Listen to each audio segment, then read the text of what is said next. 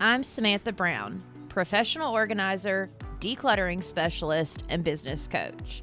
I created Pro Organizers Coach podcast to empower you to reach new heights in your business. I am on a mission to build a supportive sisterhood of passionate professional organizers. So whether you're a seasoned pro or you're just getting started, this podcast is for you. Hey friends, welcome back to the Pro Organizers Coach podcast. Today we are going to talk about all of our favorite subject, content strategy and content in general. So today I actually have Joshua Altman with me, and he is going to bring some new ideas. This is what he does for a living. And so I thought having him on would be a great addition. And so I appreciate you so much, Josh, for being on the show. Thank you for having me. Love it. Okay, so tell everyone a little bit about you, what you do, and then we'll get into the topic. I'm the managing director of Beltway.Media. We are fractional chief communications officers. We work with solopreneurs, small, mid-sized businesses, professional services firms, and startups primarily.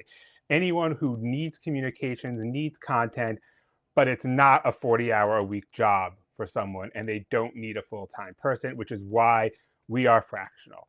We're contractual, we're part-time, but we're fully integrated into your team. What we do as fractional chief communications officers is we have two main goals. The first is shape perception. The second is build and maintain trust. And for businesses like your listeners, that's critical because these are people who are coming into homes, touching all of your stuff, is critical for so many businesses, but especially home services. Yeah, absolutely. I say it all the time. Like, the more we can build up that trust and get people to know who we are and why they can trust us, and just for them to get familiar with us, the more likely they are to hire us, because exactly what you said. You are letting them into your home. We're going to be going through stuff. And a lot of our people that call us, they don't even invite friends and family over. So for them to trust us to let us come into their house and help them is a huge step for a lot of our clients that reach out to us. Okay, so tell me a little bit. I'm kind of curious because, we all have our ideas of like what we should do for content, but you do this for a living and you do it for small businesses. So, in your opinion, when it comes to content, what is the best content strategy, or is there one? Or are there the best like platforms to be on? What are your thoughts around that? There's no singular best. There's no best strategy. There's no best platform. There's no best solution. There are a couple of ways to think about best. What is the best for you? That means your time, if you're going to hire someone like my firm, your budget, your commitment, your content, what it actually is. Do you have great photos? Do you have great videos? Are you doing white papers? That's all going to be different for different people and different people within the same industry. And then there's the best in terms of within that section, within video, within photo, that's how much can you do? Because like you said, this is what we do full time. And we come in because businesses are tired of doing it for themselves because they don't have that need for a 40-hour per week person. And they've been doing maybe one or two posts a day, maybe 2 posts a week, because that's all they have the staff bandwidth for. Yeah. So when you think of best, it's what are you able to do and do to a high level and do consistency. And high level can mean a lot of things. People think that means, Hollywood style production, the best stills ever. It actually means in many cases the opposite. We talked a lot about trust already. And one thing that really affects that is authenticity. We talk about this a lot in our weekly newsletters. Authenticity, being human, and you see that even more now with AI and the rise of what we've all heard termed as AI slop and AI images and slop images. When you can do something authentic and it doesn't look Hollywood, it looks real. It looks like an iPhone photo, but it's still good enough that it's not distracting. It has good lighting. It's clear. If it's a video and you're talking, you sound intelligible. The audio is clear. And you can really do that usually with devices we all have. So you don't need a huge investment to get what is high quality content for these platforms, because high quality doesn't mean Hollywood. Yeah. No, I completely agree. And I think a lot of us are definitely going back to that place of exactly what you said: authenticity, community, trust. Like, those are things that for a period of time, it feels like after COVID, everyone got very like, make $1 million in a day. Look at this car I rented, but I own it. Like, this kind of fake everything. And that's what was actually selling things.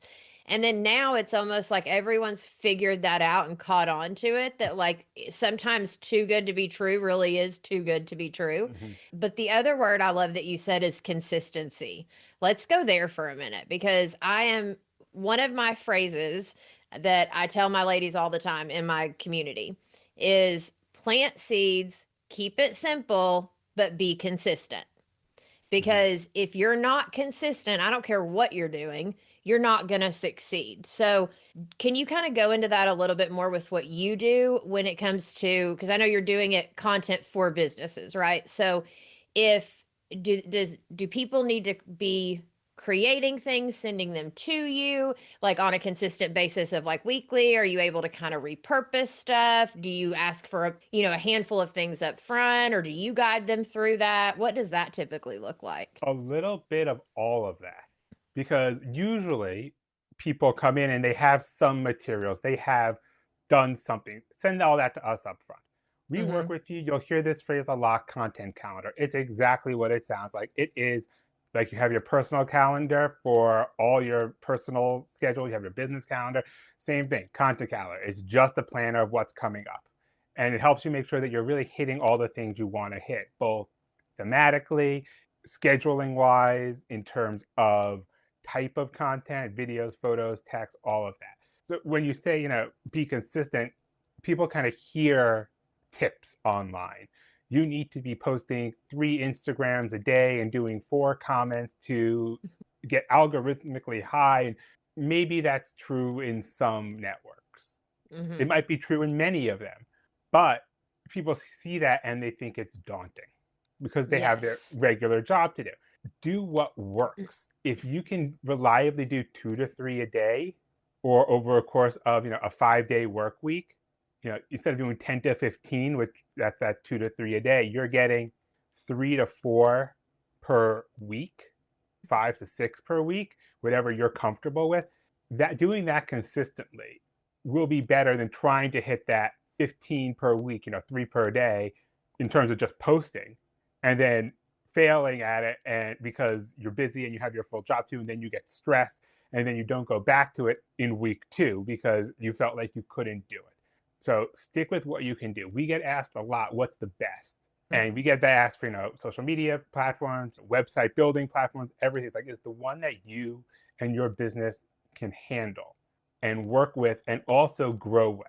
Yeah, no, I love that. And I think too, the other thing with talking about like consistency as well is also what platforms are you able to be consistent with too, right? Because if all of a sudden, kind of like you were saying, how many times you post per day is too daunting, well then how many places you put it could also be a very daunting task as well. Do you all typically repurpose stuff? Like, do you have your clients send you like a video and then you'll pull like shorts from it and small video, like pull different things to put on different platforms? Or what does that typically look like? If you have a video, we're going to repurpose that a lot. But if you're thinking about posting on different platforms, there are a lot of tools out there that help Mm-hmm. you do multi platform posting. Google social media management tools, multi platform, you will find a lot of them at every price point with many different features that are going to be right for different people. So you don't need to think, I need to post everywhere and that's 7 platforms and 7 different things. You can use these tools to help you. Mm-hmm. If you're doing a video and someone was out, they sent us a video. If it's a home service business, if they're cleaners, if they're garage repair, whatever it is, they send us this video.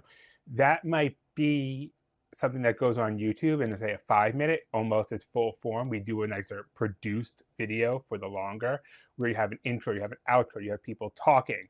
Looks a lot more produced, but still not overproduced, still approachable. We then might take it and do 30-second shorts for YouTube. That becomes, that same 30 seconds can be used on TikTok. It can be used on Instagram. You have 5 minutes of video. You could probably pull 2 or 3 from those 5 minutes. You aren't limited to just repurposing it one time. You know, I do these podcasts, you are on podcasts, we're doing video right now.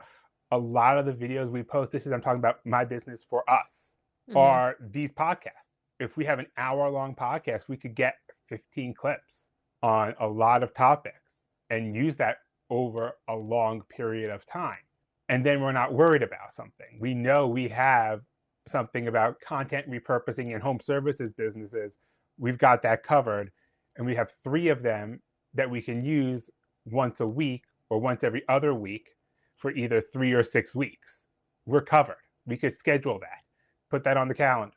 So you don't have to be doing everything right away. It doesn't have to be in the moment we're posting. When you're doing Yeah. comments, you're doing replies, you're doing engagement, that's different because you don't know what someone else is going to post. You Mm-hmm. don't know how you're going to want to reply to it. So you kind of have to do that much more on the fly. Yeah, and this actually brings up something for me really quickly. So I know, I think about 2 years ago or so, back whenever like followers really were, because this is before ad spend and stuff. And so followers really were like the bread and butter for everyone. You got to get followers. Now Mm-hmm. you could have not that many followers, but still get a ton of views. And, like it's not necessarily based on the numbers per se of followers as much anymore, or at least from what I've noticed. But whenever the like the replying and then specifically Instagram. So something that someone had said to me once that I thought was genius, and it does work for us as local service-based businesses, is to go to other people's Instagram platforms that are kind of selling to the same type of people that we Mm-hmm. are looking to work with and comment in those comments, even if it's something like a compliment or a oh I love this whatever, just to kind of get your name out there in front of other people's stuff, because That's then very those useful. okay, so that's still like a good strategy for Instagram, is to Yeah, go I and mean, do there's that. on any platform where there's commenting, that helps. You mentioned that now you have a lot more with paid ads. Organic changed a lot over the last 5, 10 plus years, Mm-hmm. where 10 years ago, organic, you could really do a lot. Now, paid is almost required to some degree because you just need that. If you're really relying on organic, there are hard limits based on this is where followers still are important. Based on the size of your network, there are hard limits. If it can only be shown to your first degree connections initially, and you only have 100, that's only 100 views. If each of those only has 100, you're really limited by nth degree connections eventually, which is Yeah. why having the right number of followers, don't try and get Lady Gaga number of followers, where none No. of us are going to be that. But something that makes sense, especially local service businesses, Mm. where you have a defined geographic area where you're working. Getting a lot of followers 2 cities over might be nice, but it's not going to be nearly as helpful as high quality followers who are engaging, who are in your city. And other service businesses in your city are great to comment on because people are going to be looking there and it just gets you seen.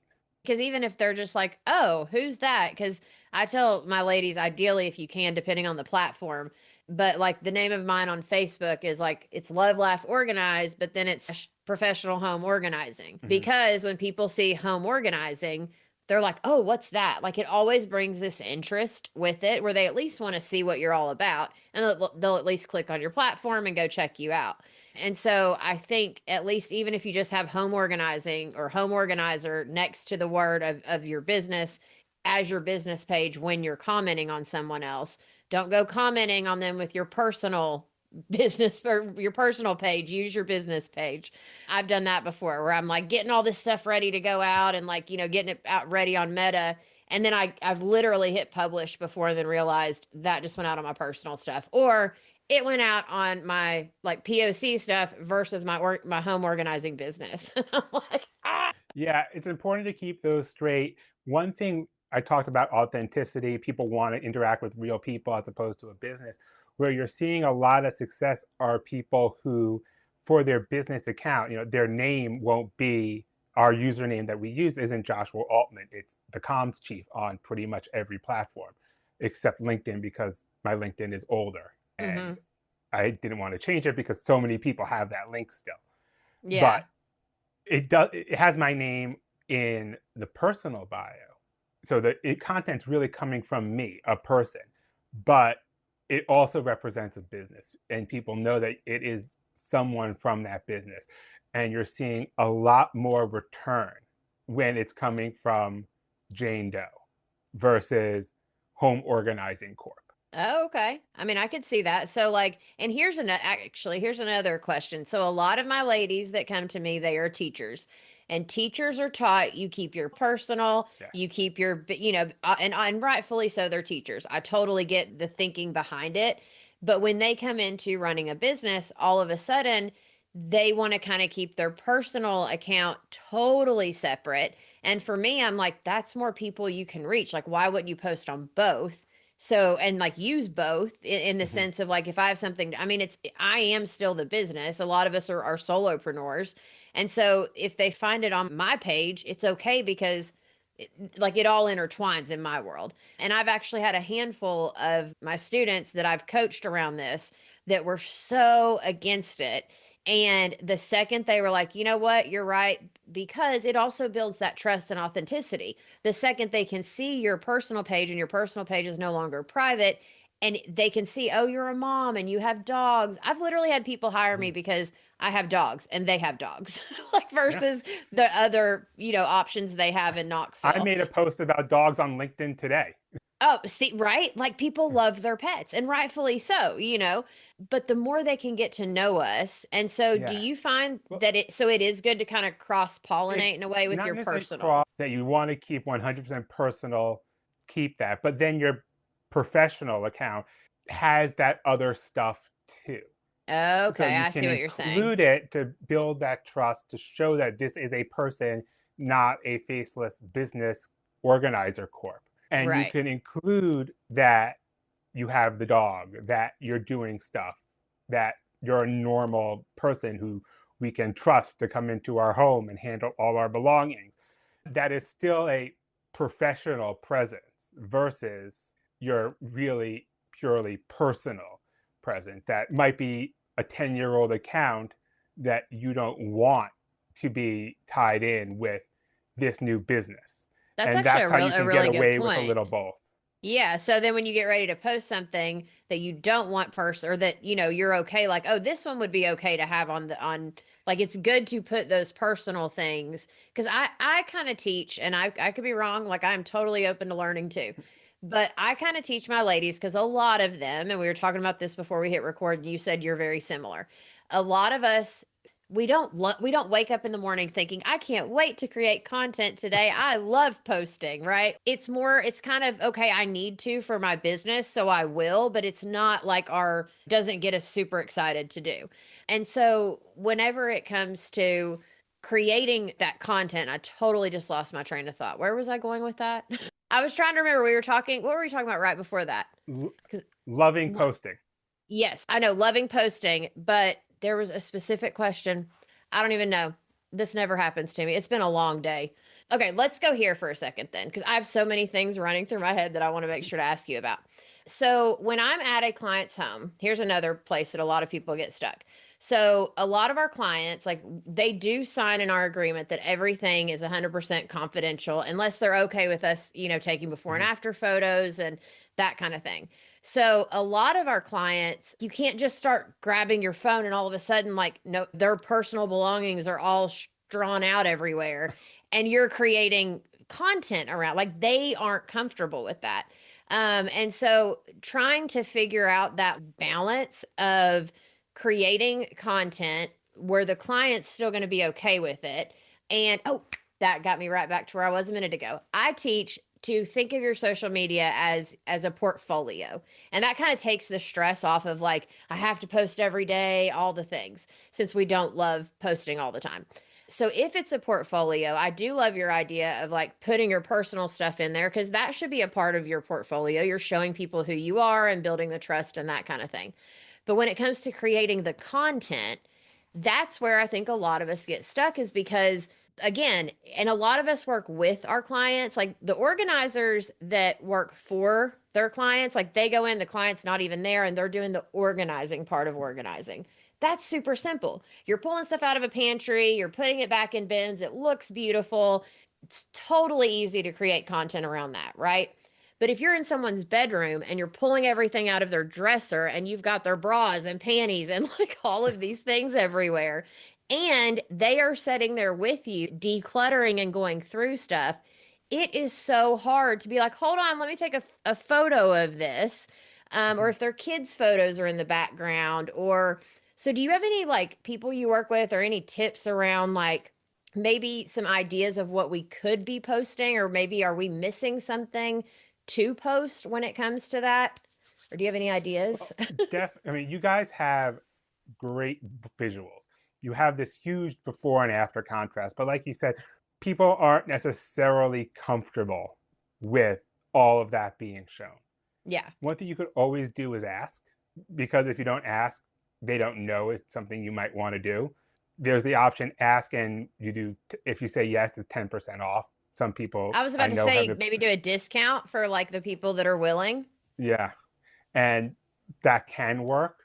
Some people, because of what you're doing, they might say there's no discount that I'd want Is this worth it. public, even if it's anonymous and we're just saying we were at a house in New York City. There are Yeah. lots of places that people live in New York City, but they still don't want that. In terms of photos of kids and family and that's on display, you can go in and edit and do blurs and remove that sort of thing, but you have to be careful to make sure you get all of it.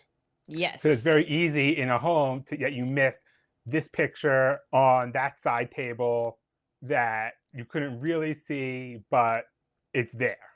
Yes. Time lapses would be great, but again, that might be something people aren't inherently comfortable with because of the nature of what you're doing.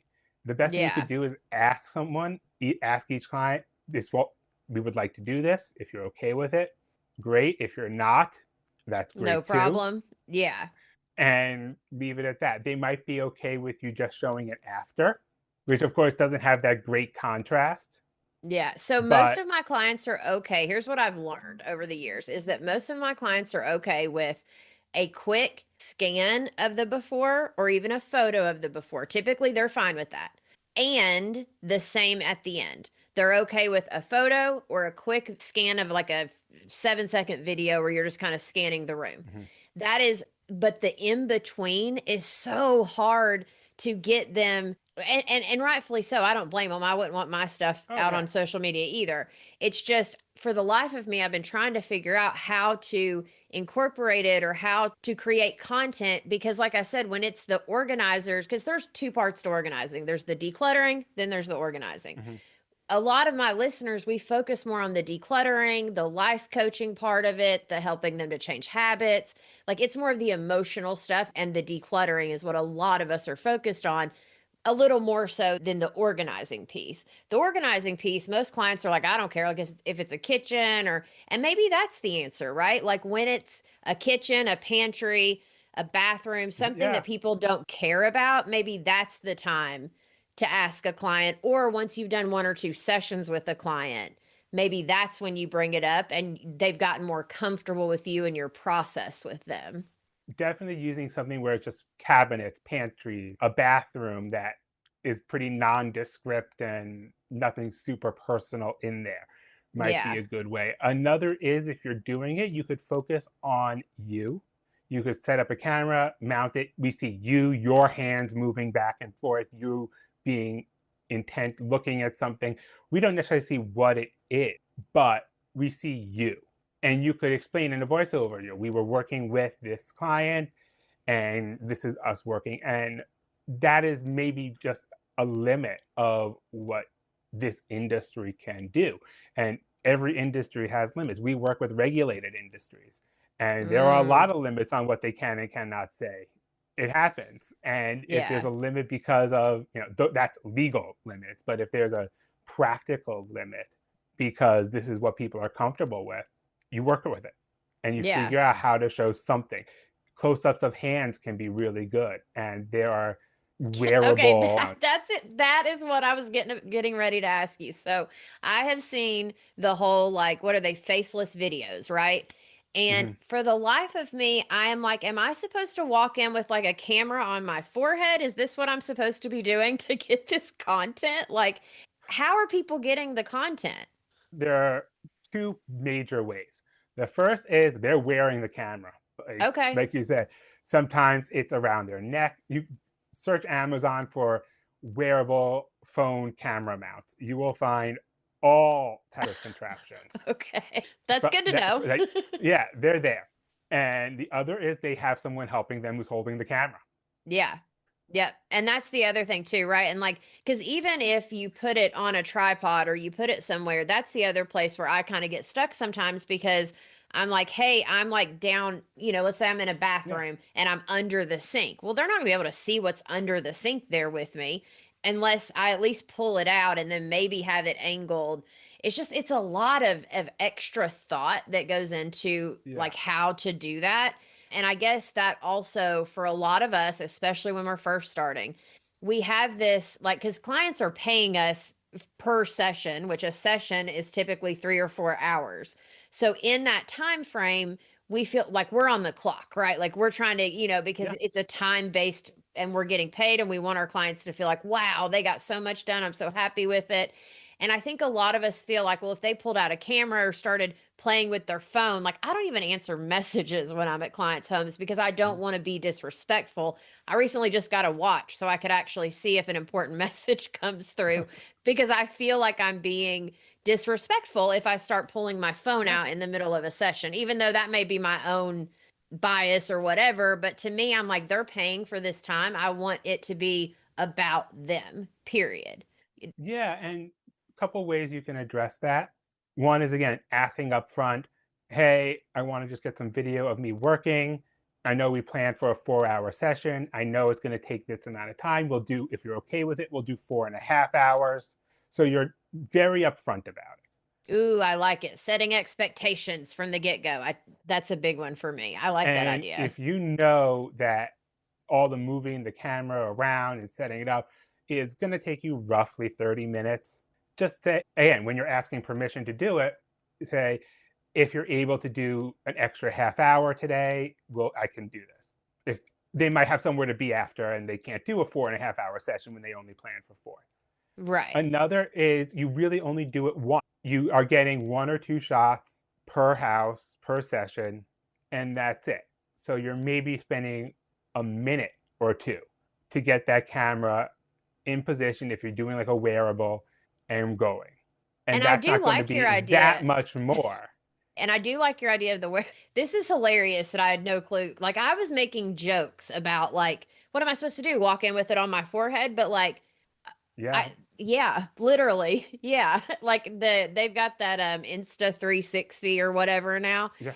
And I was like, "Oh my gosh, that would be so cool to like have with me and like see it from my eyes, like the things I'm doing and my hands moving because, with the faceless accounts now that people love." And so, but I was kind of halfway joking when I said it, but like that's a really good idea. Yeah. They make chest mounts that are, a lot of these are popular with people doing sports or event, many Oh, the times surfers or motorcycles. skateboarders or people on motorcycles. They'll have a chest mounted camera. They'll have something Yeah. on their head. I've seen wearables around people's necks. There are ones that attach to like your upper arm. Depending on what sport you're doing, there are going to be different ways to mount it that is the most effective and the least disruptive. So Right. that's why you can find different options that will work for however you're comfortable if you want to do a wearable. And Yeah. you could, a lot of these work with your phone. They have, the phone clip in them. It's not buying a new camera, which you can do. There are ones that work like that. Yeah. But there are others that you just clip your phone in. Love it. And then you would literally, so the only other piece of advice I would give for this is kind of like what you said earlier, the light, making sure that because underneath a sink, you're not going to have any light. No. And so even if you just had like you for like $20 on Amazon, you can get a little like stand with a light that goes down to this big or the stand goes, Yeah. as tall as you need it to. And that is super simple because the the lights that they used to have when you'd have a ring light. Well, I didn't want to bring a big ring light in with me and be like, "Hey, I'm here to go through your stuff." But now they have teeny tiny ones that you can set up, and or even the ones that like pop on the inside of like a cabinet that you can sit there, turn it on. It would give you enough light until you're done, and then you peel it back off like a 3M or command strip kind of thing, where it Yeah, like they make sticks and all then off. options. There are ones that have clamps on them. So if they're under a cabinet, you open the cabinet door, you can clamp it on. You have a lot of choices, and it's probably going to depend on each person's individual preference Yeah. to what they want to use and what they're comfortable bringing with them. And there are lights you can wear. A lot of them are made for repairs and constructions that go around your head and or hook over your ears. There Mm-hmm. are all different things that are available. Try them, see what works for you. Yeah, no, I love that. That's and actually I've been talking about making some like mini courses because mini courses seem to do better that solve one Mhm. specific problem. And that's one problem that honestly I still need to fix for myself. And so I might just create a little mini course around it of like, hey, here's a list of wearables, here's a list of lights, here's a like because I'm gonna have to do the research anyways, because now I'm like now I'm excited to go like look it all up and figure out what Yeah. I can do. And you'll find things that are comfortable for you. You'll find ones that are completely uncomfortable and awkward for you, but someone who's in one of your classes, that might work a lot better. Yes, yes. Oh, I tell people all the time, I'm like, listen, this is what worked for me, but here's some other options too, because exactly what you said, what works for me may not work for you, and vice versa. So, real quick, and then we'll wind up, but like back to the actual content, I did want to make sure to ask you. So, when it comes to the platform specifically, do you find that like specifically for local service-based businesses, have you found that there's certain ones that work better? Or do you think that like because we were talking earlier, do you think that like the whole idea of like Google, Instagram, and Facebook, keep it simple, like is that a good strategy in your opinion? Or what are your thoughts around that? In terms of local service-based businesses, you can't ignore the Google and Yelp because those are where people are searching. And even if they're not intentionally searching for Google reviews, they're typing into Google and getting that Google page result. Yes. So think about that. Another is, and I tell this to all types of businesses, don't become too dependent on a specific platform Mm, because these are all platforms owned by companies. It could disappear. yeah. You could get locked out. Your account could be frozen. There are lots of things that can happen. So don't depend and put your whole business on TikTok or on Instagram, which is why it's good to have two, three, maybe even four, if you count Google and Yelp, different choices. You guys are going to have something a little different than a lot of businesses where because you're really relying on those Google and Yelp reviews, I tell people you do not need to respond to every comment. You do not even need to read some of the comments sometimes because we all know what's in a lot of the comments. But Google and Yelp reviews are different, as these listeners know. Responding and being responsive and being on that platform directly relates to your visibility and your rating, as opposed Yes. to replying to someone who complained on Twitter. Right. It's a very different thing. So when we tell people you don't have to do the respond to all the comments, a huge caveat to that is service businesses, home services business, people who rely on those Google and Yelp type reviews. Also, if you're Yes. on Angie's or Thumbtack or one of the other premium paid platforms, be Mm-hmm. responsive on there as well.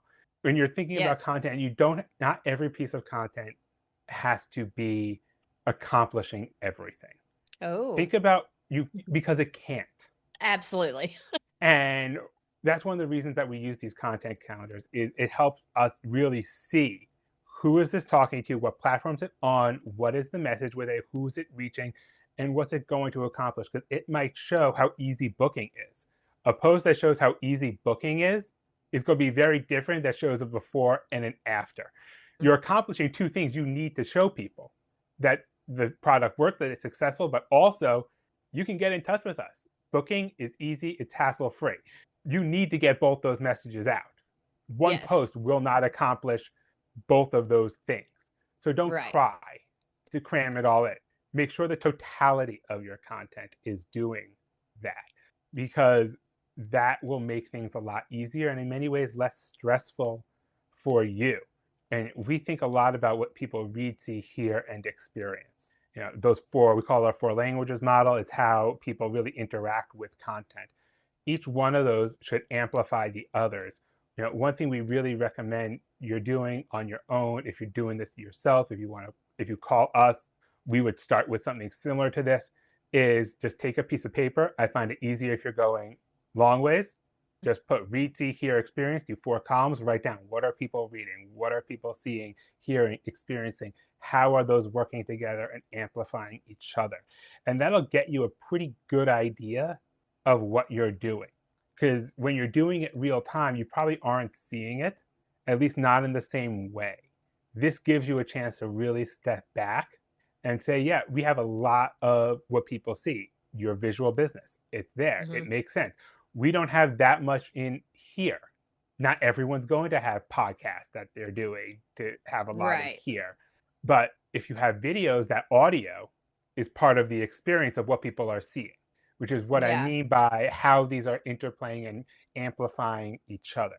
So if you do that sort of self-assessment, and really all you need to do is just take a piece of paper and a pen, and it's really easy to just take some time and figure out where you are in that regard. I love it. And then tell me the four again. You said read, see, hear, and what am I missing? Experience. Oh, experience. Can you explain that one real quick? That's the one that gets people the most tripped up because it is things like experiential events. If there was a home organizer conference, that's something you experience. But much more day to day is going to be how what we experience, what we read, see, and hear. An easy example that I use a lot is we're doing a podcast right now. We're recording video. If I'm someone who watches podcasts, I sit, I turn it on, I go to YouTube, I go to Instagram, I'm watching the full thing, or I'm watching clips, I'm seeing, I'm hearing, my experience is very different from someone who, like me as a podcast listener, I am a listener. Yeah. I am someone I listen when I'm driving, I'm listening when I'm walking the dog, I'll have it on when I'm cooking dinner. It'll be on, but I am not sitting to watch it. And I know a lot of people like to watch the podcast, which is why we do video, but a lot of people also are like me and we like to listen to it. Yes, And those are two absolutely. very different experiences. And that, because again, we're on a podcast, people are either watching it or listening to it, is a Hmm. pretty straightforward example of that Yeah. experience. Okay. So, and then whenever, would you say something like a time lapse is an experience in the sense of like if it It was is. a before, a medium, and after, and they got to see it kind of like quickly done, they're almost experiencing it with you because they're seeing it in real time going through the stages. Would that be an experience? It's how you experience those photos. So if you have 3 photos and you post them as a gallery, that's one way to experience it. Another would be turning it into that video, adding a little transition. And now that's a different experience. And you could use that on the same platform.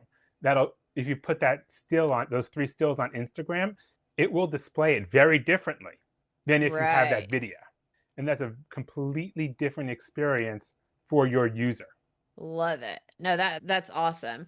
Okay, so I know that we're definitely I love talking to you. Okay, so tell everyone like where they can find you and like if you have any kind of like freebie or anything that you're offering, I would love for you to share. We're on LinkedIn. You could find me, linkedin.com/in/Joshua.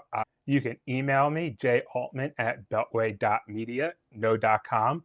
Check out the website, Beltway.Media, again, no.com.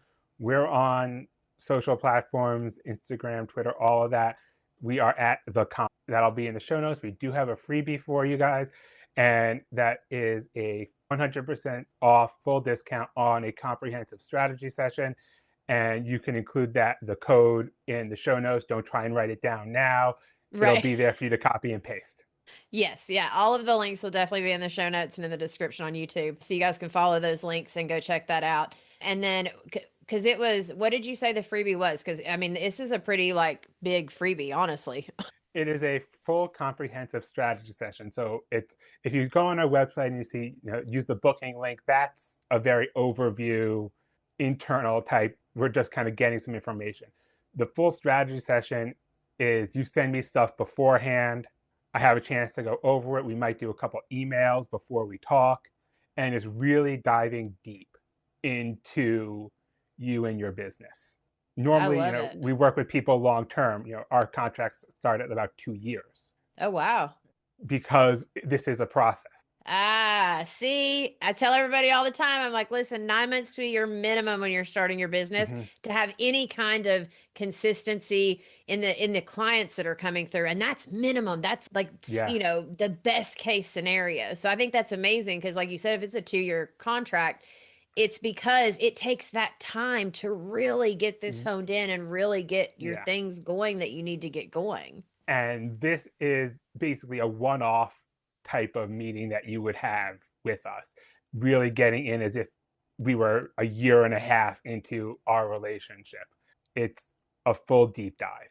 I love it. No, that's fantastic. I appreciate you so much for offering that because I know for a lot of us we just don't know what we don't know, and to have that chance to be able to talk with someone like you and have you look at our stuff and then talk it through, Yeah. like that's a huge offer. So I really appreciate you offering that to my listeners.